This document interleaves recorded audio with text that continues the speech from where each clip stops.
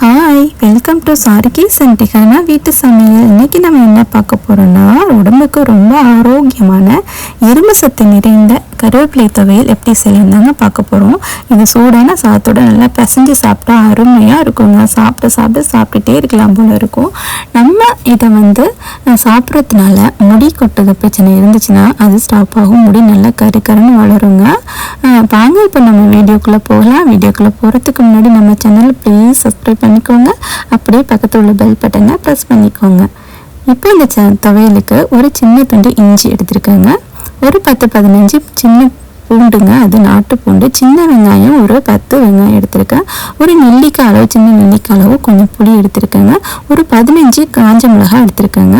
ஒரு கட்டு நல்லா கருவேப்பிலை எடுத்திருக்கேங்க. இது எல்லாத்தையும் நல்லா உருவி எடுத்துக்கலாம். ஃப்ரெஷ்ஷானது நல்லா அலசிட்டு காய வச்சுருக்கேங்க. நான் அந்த கருவேப்பிலை எடுத்திருக்கேன். இப்போ இதுக்கு தேவையான நல்லெண்ணெய் எடுத்துக்கலாங்க. நல்லெண்ணெய் தாங்க சேர்க்கணும். நல்லெண்ணெய் நல்லா தட்டியில் போட்டு சூடானதும் இதில் நம்ம காஞ்ச மிளகாயை போட்டு நல்லா வறுக்கலாங்க. நல்லெண்ணெய் தான் சேர்க்கணுங்க இந்த இதுக்கு. அடுத்து பூண்டு, இஞ்சி ரெண்டையும் போட்டு நல்லா வதக்கி கொடுக்கலாம். இது நாட்டு பூண்டு சேர்த்துருக்கேன் நான், அதனால் 10-15 சேர்த்துருக்கேன். உங்கள்கிட்ட பெரிய பூண்டாக இருந்துச்சுன்னா அதுக்கு தகுந்தாப்புல சேர்த்துக்கோங்க. நல்லா வறுப்பட்டுடுச்சுங்க.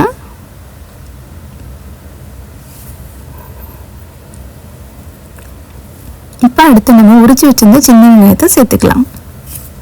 சேர்த்து நல்லா வதக்கி கொடுங்க.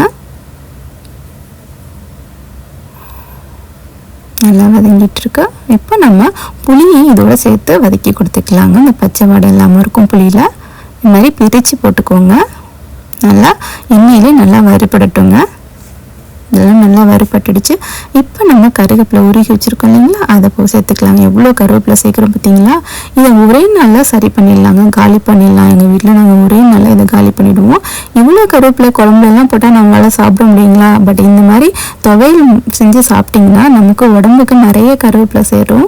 இதோட சத்து நமக்கு நல்லா கிடைக்குங்க. அதனால் இந்த மாதிரி துவையல் அரைச்சி சாப்பிட்டு பாருங்கள். வாரத்தில் ஒரு 2 டேஸாவது இது மாதிரி சாப்பிடுங்க. உடம்புக்கு ரொம்ப நல்லது. இப்போ இதெல்லாம் நல்லா ஆற வச்சுட்டு நம்ம இதை மிக்ஸி ஜாரில் மாற்றிக்கலாங்க.